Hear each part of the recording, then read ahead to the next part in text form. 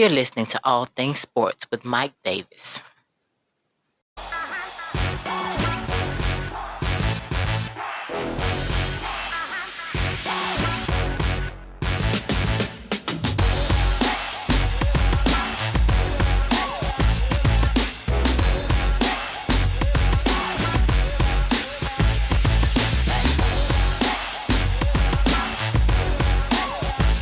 What's up? Thank you for joining me on another podcast. You're listening to All Things Sports with Mike Davis. Glad you can join me. If you're listening to this podcast on Anchor or on Spotify, I thank you for spending your time with me. If you're listening to this restream on YouTube, go ahead and subscribe to the channel, like, and comment on the podcast. New podcasts will air twice a week. Normally on Wednesday and Saturday. I'm a little behind this week, as usual. But please feel free to share the podcast on any of your social media outlets that you use. I won't take up much more of your time. Let's get into it. So for those of you that are new to the show, because I've been away for a while, I wasn't feeling that great, a little under the weather last week, so there were no podcast episodes last week, but for those of you that are new to the podcast, I like to start the show out talking about Atlanta sports or little happenings here and there around Atlanta, being that Atlanta is my city, it's where I'm from. It's where I grew up. And that's pretty much it. So anyway, again, let's get into the podcast. All things Atlanta. There wasn't much going on. As we know, sports is pretty much on the back burner due to the COVID-19 situation.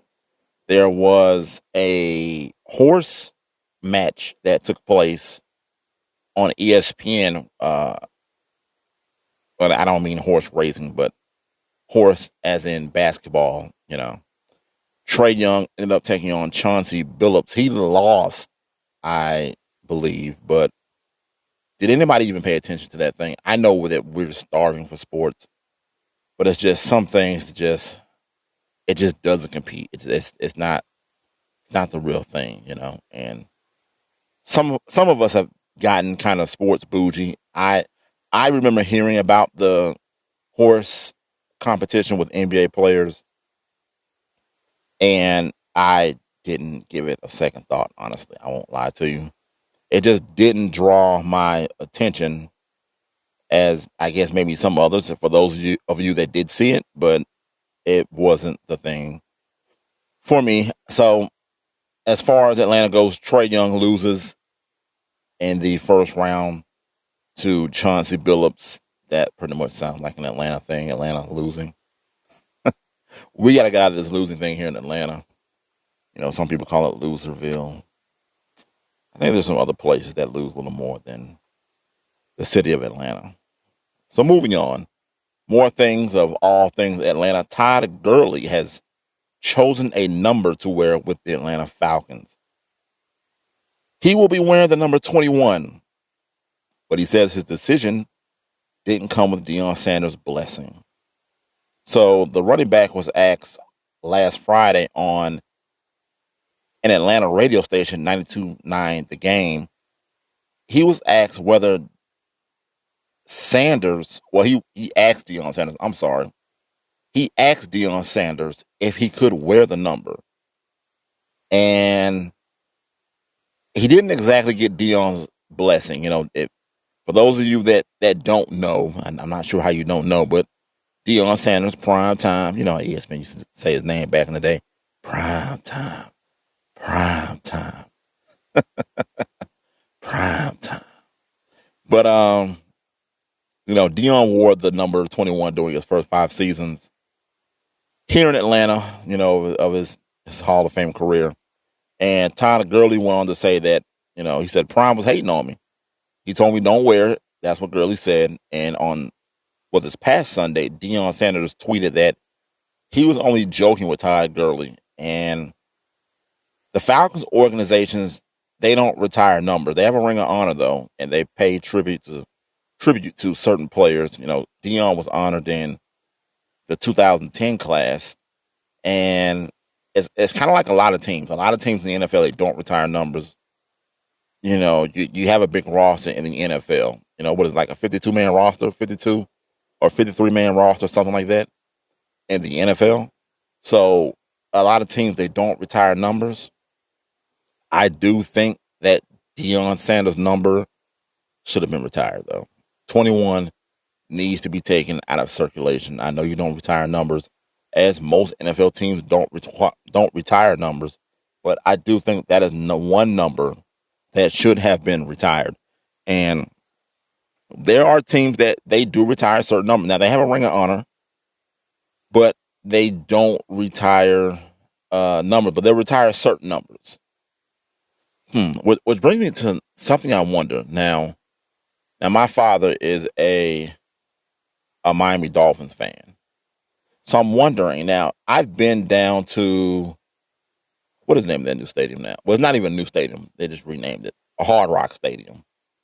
I'm thinking of the old name Joe Robbie, for those of you that remember when it was Joe Robbie before they did all the renovations and it was a pro player at one point. That stadium down there has been a lot of names.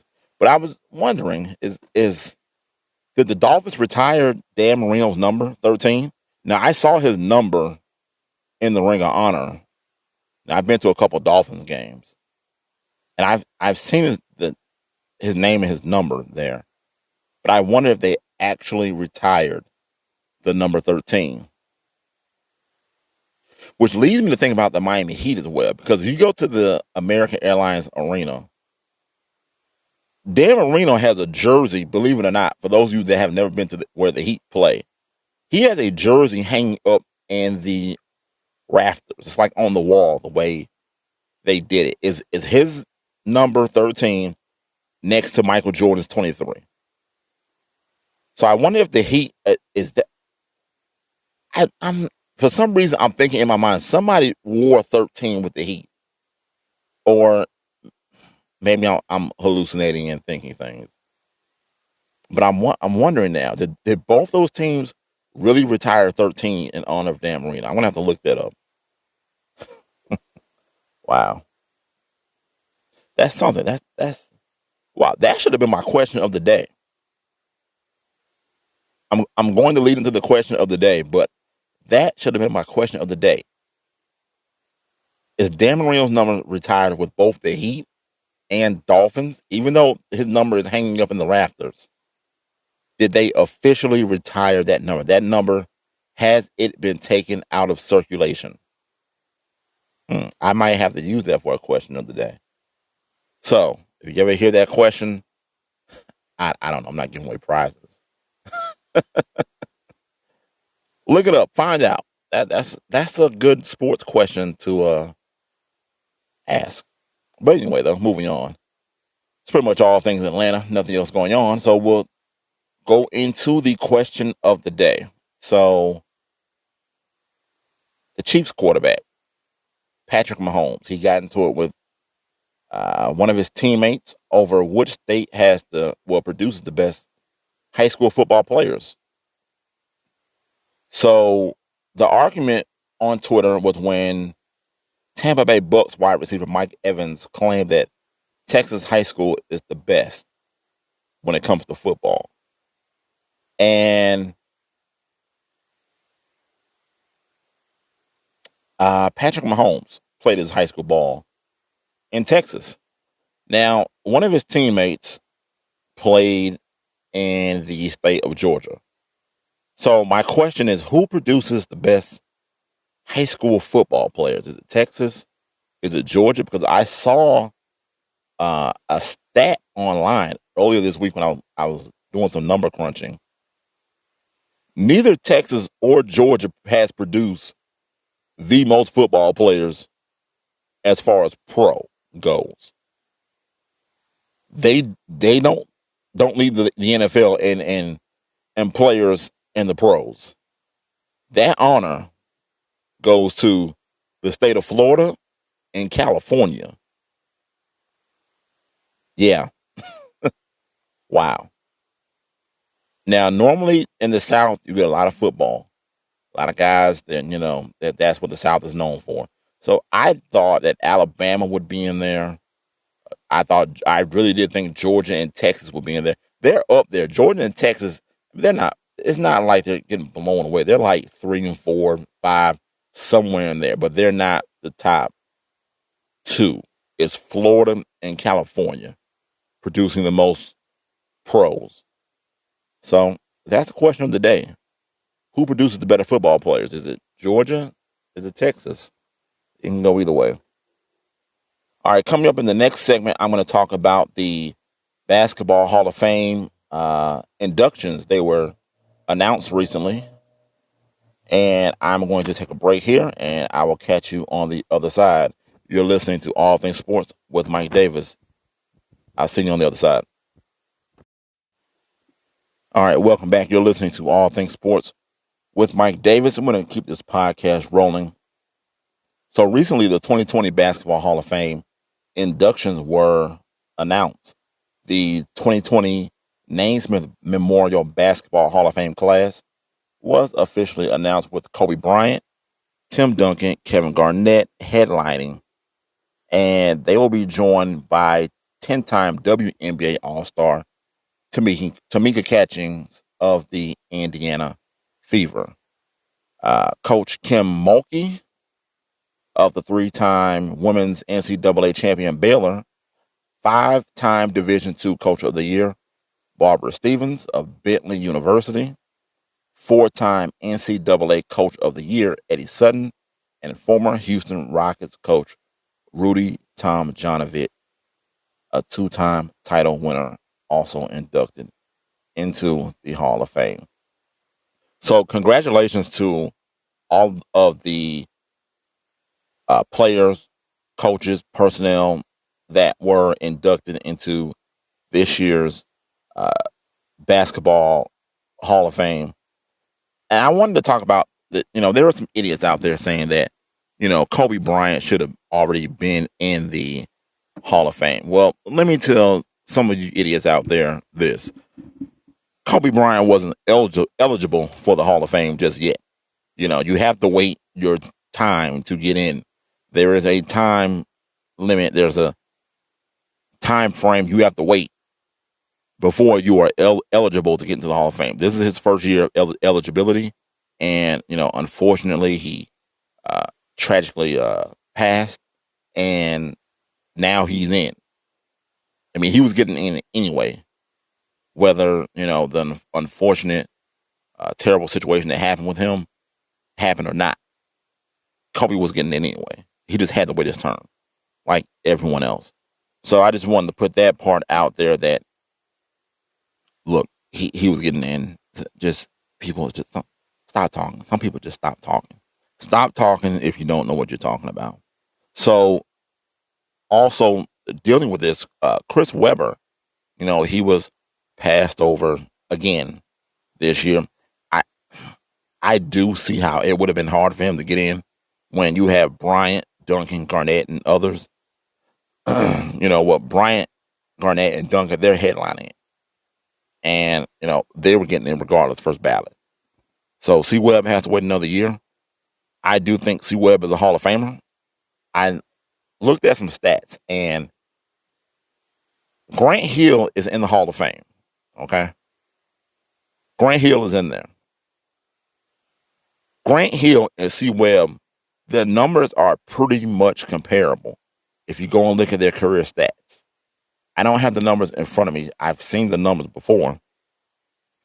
But their numbers are pretty much all they, when you rank them, the important stats,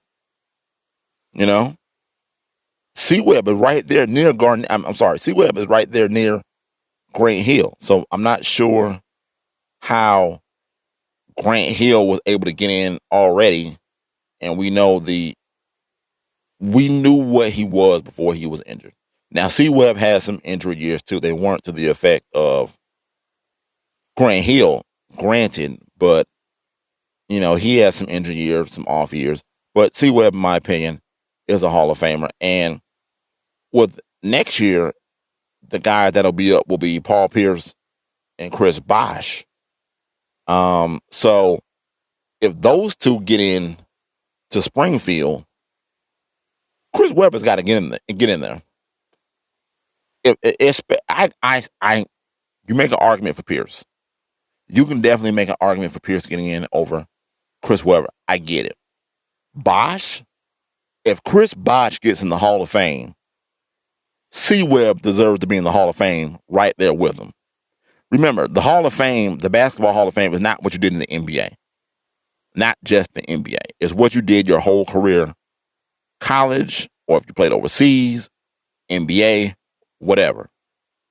It's the whole shebang. It's not just NBA ball. And Chris Webber had one of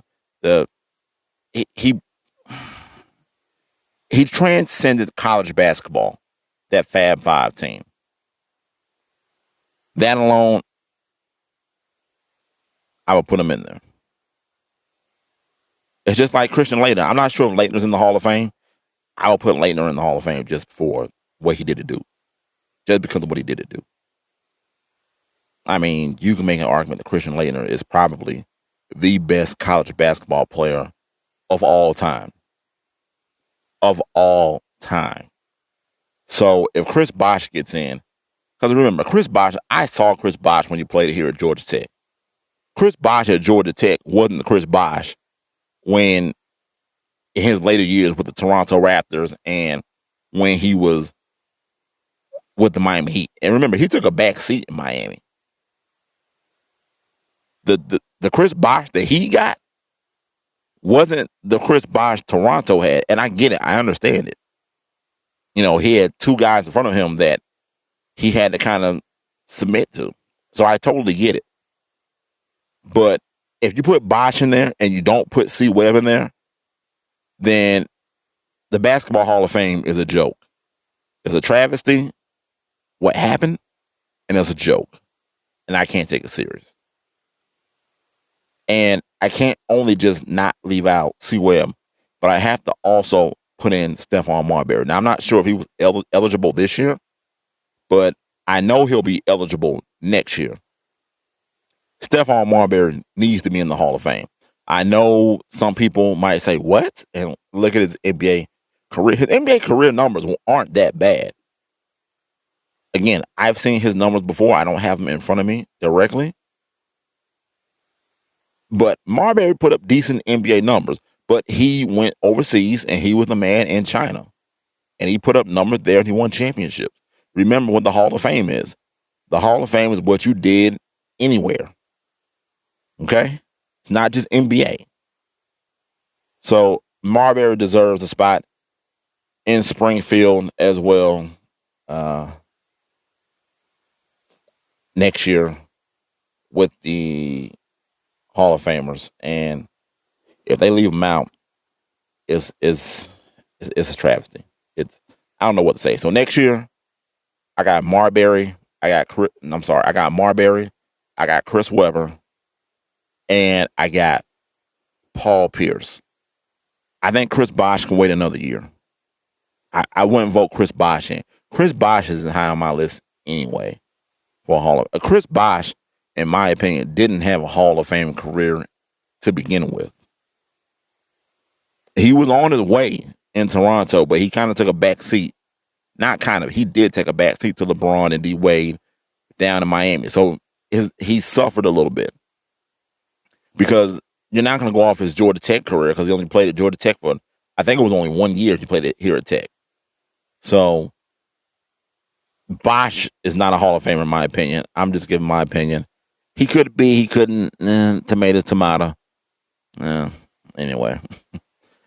All right, we're going to stick with basketball here. So we're going back to the Ball guys.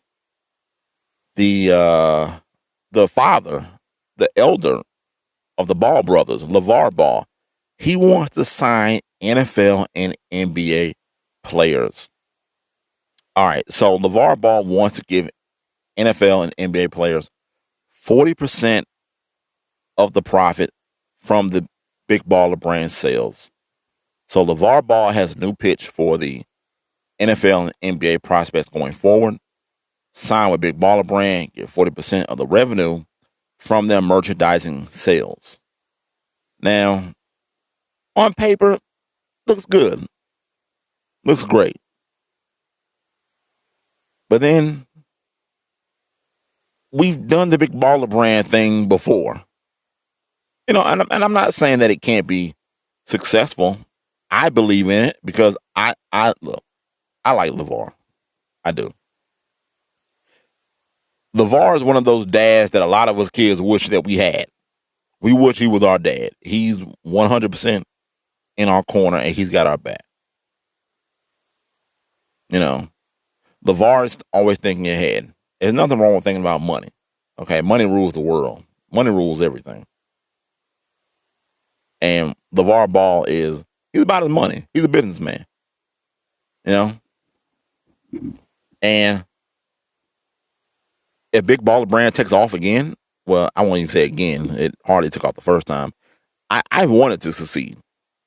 I wanted to buy one of the Big Baller Brands, the first shoe. Maybe it's a good thing I didn't buy it because of all the horrible reviews that it got, and some people didn't even get their shoes. And I think I had an F rating on the BBB websites, and that's not Big Baller Brand. That is the Better Business Bureau. But I don't know, man. The Big Baller Brand has gone through this thing before where they have failed, and LeVar is trying to bring it back. And remember, Lonzo was going through like 3 pairs of shoes with the Lakers because the shoes weren't ready. They were rushed. So you can't put that type of nonsense back out there on the market. What I would have loved to know is what happened to a lot of the other merchandise that he had. Like, what did he do with that? With that stuff that didn't sell. Now, I remember seeing something where he was putting some stuff in a warehouse and whatnot. I don't know. But Big Baller Brand, they have some good ideas. I genuinely like a couple of their ideas, like the Big Baller Brand League. Like, how many of you really watch G League games? Be honest with yourself. How many of you watch that trash fest? The trash fest when LeVar Ball took the 2 youngest boys, put them overseas, and he put the game on Facebook. A lot of people tuned into that game to see what was going on, more so than tuning into a G League game. Now it's the G League now. I think I'm thinking I wanted to say D League, but I think it's G League now. But remember that. So there's some ideas there. I don't know what he needs to do to actually make some of this stuff work, but he has the ideas. I respect the ideas. I respect the hustle. There's nothing wrong with it, And I don't know. I hope Big Baller Brand works out. I'm never gonna tell somebody that's going in business for themselves or, trying to make an honest buck, to just give up. But I hope it works out. Shout out to Big Baller Brand. I hope it works out for them. I hope that they've learned from their past mistakes, and this time they're on the up and up, and they get that thing rolling, and they can do what they need to do to be successful, in this business world. So, staying NBA, I wanted to talk on the Ben Wallace situation. Well, it's not even a situation, but recently Carmelo Anthony said that he would have won maybe 2 or 3 rings if the Detroit Pistons had drafted him instead of Darko Milicic, in that famous draft that he was in with. It was D Wade, LeBron James, Chris Bosh, those guys that were in that big draft, and then you have Darko Milicic. I believe Milicic went number 2, I believe, in that draft. But yeah, Ben Wallace, Big Ben Wallace from the Detroit Pistons, he thinks otherwise. He went on to say that he says if we would have drafted Carmelo, I honestly don't think we would have ever won a championship. So Melo wanted to play right away, and it would have had the potential to disrupt the team chemistry. Ben Wallace pointed out that Darko knew his place on the squad right away. By drafting Darko, he came in and said that he's not ready to play on his team. He explained, adding that it allowed the Pistons to grow and build and get stronger en route to winning a championship. Ben Wallace explained that the pieces wouldn't have fallen perfectly into place the way they did if Carmelo was taken over Milicic, pointing to the development of his teammates Tayshaun Prince, who saved their title hopes in the 2004 NBA playoffs with his improbable chase down block on Reggie Miller in the closing moments of Game 2 of the Eastern Conference Finals. If we drafted Carmelo, Tayshaun wouldn't have blossomed into the type of player that he was, Ben Wallace said. We won that championship on the back of the best block I've ever seen in my life, and I've blocked a lot of shots. This is the type of grit and grind that the team had. So I kind of agree with Ben Wallace. It sucks because sometimes you feel like you're pouring onto Melo, and you don't want to feel like that because Melo is a good player. But again, like I tell people, Carmelo is just Joe Johnson 1.0. He's the better version of Joe Johnson. He can get you buckets whenever you need it, and that's pretty much it. And I gotta agree with Big Ben in this situation. You bring in Melo, Melo's gonna want to play right away because he's the number 2 pick in the draft. You picked him number 2. You didn't pick him to develop him and sit him on the bench. You know what you're getting with Melo. So they passed on him. They went to Darko. We're gonna get a guy who may or might be ready. I don't know, but we pretty much have our team set. So we just need guys that can come in and contribute when the opportunity arises and they're ready. But we're ready to win now. We don't want to bring a rookie in here who has the potential to average 20 plus a game. He can give me 7 to 10 boards a night, couple assists. We already have that. That we don't really need to play ISO ball because that Pistons team, that 04 Pistons team, was not an ISO team at all. If you watch them, they probably were one of the slowest paced teams in the league outside of the San Antonio Spurs. Larry Brown was all about defense when he was coaching that team. It was defense. So I agree with Ben Wallace on that situation. If they draft Carmelo, I don't think it works. But then again, it's one of those things that you just never know. I mean, maybe it would have worked. You don't know. I'm still going to agree with Big Ben, but I don't know. Maybe Melo would have a championship or 2 or 3, as he liked to point out what he said in one of his previous interviews. But anyway, I'm going to take a break here, and when we come back, we're going to talk a little NFL football. The Panthers are handing out extensions. I'm going to give you a little tidbit, not news per se, but something that finally I was able to get. But anyway, I'm going to take a break here. I'm going to catch you on the other side. Don't go anywhere. You're listening to All Things Sports with Mike Davis. All right, welcome back. You're listening to All Things Sports with Mike Davis.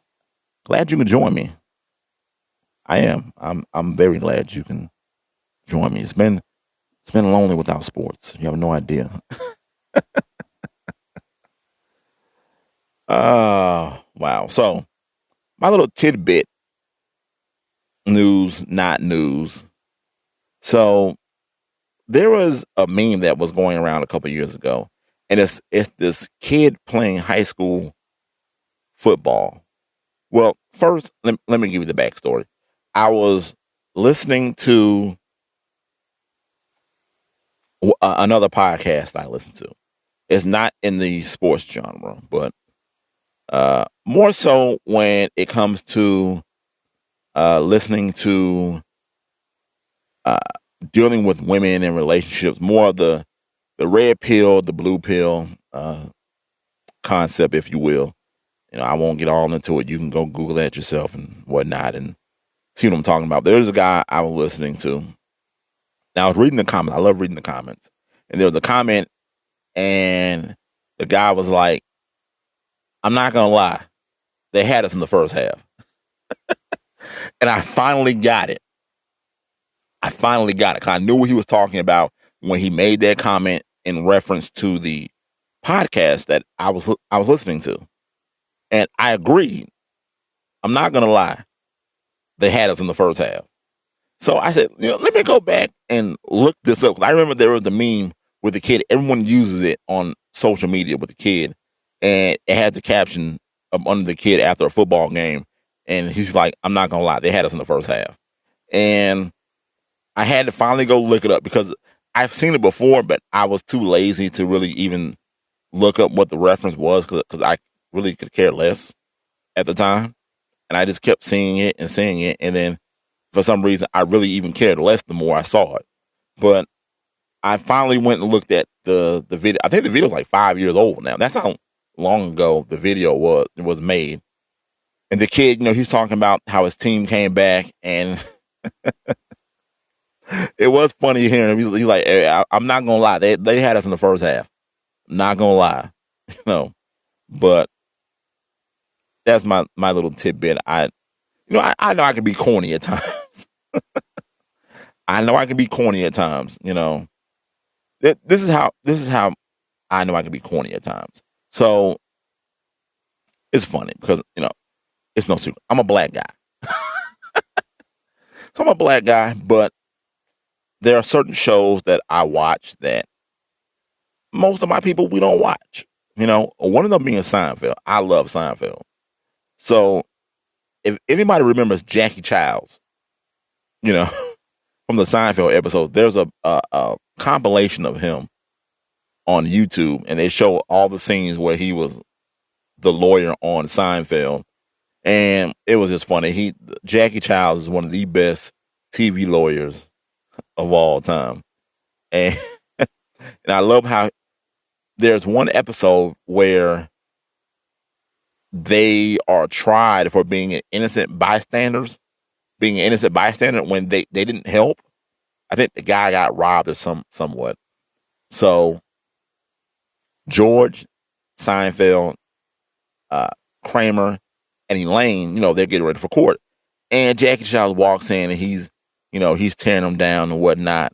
And Elaine's like, well, how do I look, Jackie? And Jackie's like, oh yeah, you look good, girl. Pretty much. And then Kramer is like, well, what about me, Jackie? And he's like, Kramer, you always look good. He's like, you're genuine. Joey's gonna love that. He's gonna eat it up.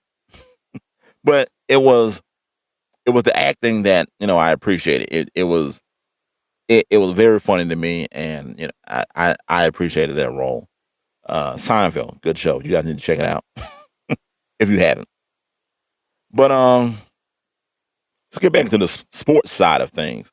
So Kevin Garnett, he hasn't been in the news much lately, but recently there's some more beef with the Timberwolves owner, Glenn Taylor. So Glenn Taylor, who once worked out an arrangement with former coach Flip Saunders for Kevin Garnett to join the team's front office and or ownership group after he retired. Now, tragically, unfortunately, Flip Saunders, he died in 2015. So Kevin Garnett said once that happened, Glenn Taylor backed out of the deal. And Kevin Garnett is now saying that at this point, I don't want any dealings with Glenn Taylor or the Taylor Corporation or anything that he has to do with. And he says that Kevin Garnett says that I'll always have a special place for the city of Minneapolis and the state of Minnesota in my heart, but I don't do business with snakes. Now, Kevin Garnett spent 14 seasons with the Timberwolves, and as we all know, he played a little bit in Boston. Now, here's my thing. Now, he said he doesn't do business with snakes, but this is the same owner now. Before he went out to Boston, Glenn Taylor accused Kevin Garnett of shutting it down early by exaggerating a leg injury so he can sit out the final 5 games of the 06-07 season, and said that Kevin Garnett tanked it. So my thing is, if this is the same guy that said this about you, back then in 06 and 07, why would you want to enter into a business deal with him anyway? That's like LeBron wanting to enter into a business deal with the Cleveland Cavaliers owner, whose name just is not coming to my mind right now. Once I'm done with this podcast, it'll come to my mind. But why would you want to do business with a guy like that? If you think he's a snake and he called you out, 14 years ago, something like that, why do business with him in the first place? Why would you want to be a part of his ownership group? I don't want to have nothing to do with the guy. I'm done. Finito. Have a good day. I'm out. I mean, yeah, once I left Minnesota, if I was him, then I'm gone. I'm gone. I'm out. But some people, fool me once, shame on you. Fool me twice. I'm not going to say shame on me, shame on you again, because you shouldn't have came back. One time is enough. All right, so a little NFL talk. It's been quiet on the NFL front. Not much going on there either. But the Panthers, Carolina, they extend Christian McCaffrey, making him the highest paid running back in the NFL. Now, last season, Christian McCaffrey had one of the best seasons in NFL history for a running back. He was the first offensive player in NFL history to be named an All-Pro at 2 positions. He was the third in NFL history to have 1,000 yards, both rushing and receiving.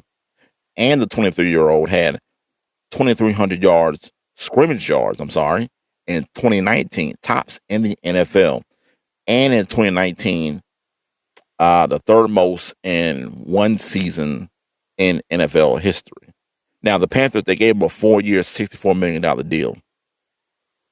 And that's pretty big because, now in the NFL, the running back position is a devalued position. Me, for one, I probably wouldn't have given him that money at all. That's just me. Because, how can I say this? Carolina, you're not playing for nothing next season. At all. At all. You know what? I take that back. I take that back. I'm starting to think like an owner. That is a lot of money to give a running back. I'm not counting Carolina out of it because in the NFL, anything can happen. That's even if we have an NFL season. We don't even know we're having a season yet. But in the NFL, anything can happen. And that is a lot of money. Wow. $64 million for a back? You can go pick up a back here and there that can, you can split time in. Which is what most teams do nowadays. They have, 2 or 3 backs and they split the time. But, shout out to Christian McCaffrey. He earned the money. I'm not taking nothing from him. Guy earned his money. And when you earn your money, you get paid. So I'm not knocking that. But that is a lot of money. So I hope the success continues for Christian McCaffrey. But I hope that the Carolina Panthers continue to lose whenever they play my Atlanta Falcons. I have nothing good for them. All right. So my story of the week, of the midweek, or what is it, end of the week? Let's say end of the week. Podcast came out a little late. There was no podcast last week. Oops on me. But my story of the week starts with me not getting my Big Dave cheesesteak. So I've been looking at this cheesesteak spot here in Atlanta for a couple weeks now. Now the owner I believe, is originally from Philadelphia. So I got up one morning. It was 2 days ago actually, and I put my order in online. It was probably about 11:30, 11:45. I don't have to be in my day job until 1 o'clock. So I said I'm gonna put my order in. I'm gonna stop on my way because it's on my way when I'm passing through downtown. Now the problem with Atlanta is when you drive, you forget some things about certain areas or downtown Atlanta in this instance. And for those of you that are not familiar, there's hardly any parking downtown Atlanta at all. So I knew I was going to have to pull up curbside, and I was fine with that. So I said, with the COVID-19 situation going on, there won't be people out here. I'm pretty sure I can pull in. I put my order in online. It's paid for. And all I got to do is just pull in curbside, go in the shop, get my cheesesteak, hop in my car, and continue on to work. Well, people, that is not what happened. As soon as I got downtown, it looked like an Atlanta Falcons game down there. So Big Dave Cheesesteaks was not letting anybody in when you're waiting for your order, which I assumed they were going to do that anyway, because most places have been doing that. But since I put my order in online, I figured it'd be easy that, I just walk in, get my order, and I'm out. I don't have to wait because I already placed my order. Well, first of all, I couldn't get into the building because there was no parking. Couldn't park curbside. That was filled up with apparently everyone else down there early afternoon getting their cheesesteaks. And I circled the block like 3 different times, just trying to catch somebody pulling out. Nobody's pulling out, and I got to get to work. I can't keep driving around like this. And even though gas is cheap and has gone down right now, I can't waste gas just driving like this. So I paid $13 for, I believe it was called a Dave All the Way Philly cheesesteak. I think it's supposed to be like the way that he likes his cheesesteaks, with some banana peppers and some other things on it. And I wanted to try it. I mean, because I'm on Instagram looking at the sandwiches, and they're pretty good. They look pretty good, and no dice. Not this time around. So I charged the 13. I'm out of $13. Dave, Big Dave Cheesesteaks, if you ever hear this, look out for your boy, man. Hook me up one time, man. Well, I guess you can't even say hook me up. I haven't picked up my cheesesteak to this day. Can I get my cheesesteak? I don't know. I told my girlfriend about it. She told me that I deserved that because I was going down there without her. So is that what I deserve? But well, we won't get into that. But yeah, that's how it went for me that day. But it is what it is. I might give them a try again, maybe this weekend or something. But anyway, though, that is my story of the week.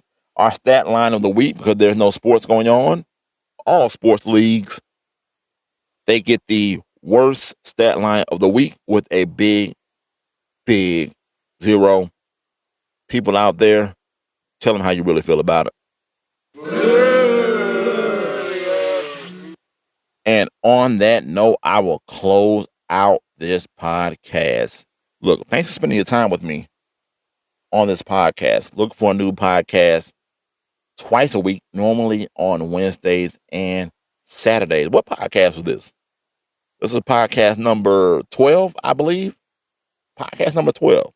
Hey, we're pushing through it. I told you we're going to push through it. Yep.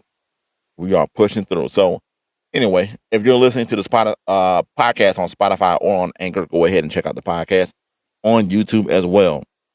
And when you're over there on the YouTube side of things, Give the video a like, comment, and subscribe to the channel. Share the channel on any of your social media platforms. Share it with your friends and your family. Click on any of the links to connect with me. And follow me in any of those places on there too. So, yeah, that's all I got for you guys. Thanks for listening. You've been listening to All Things Sports with Mike Davis. I'll catch you on the next podcast. I'm out. Peace.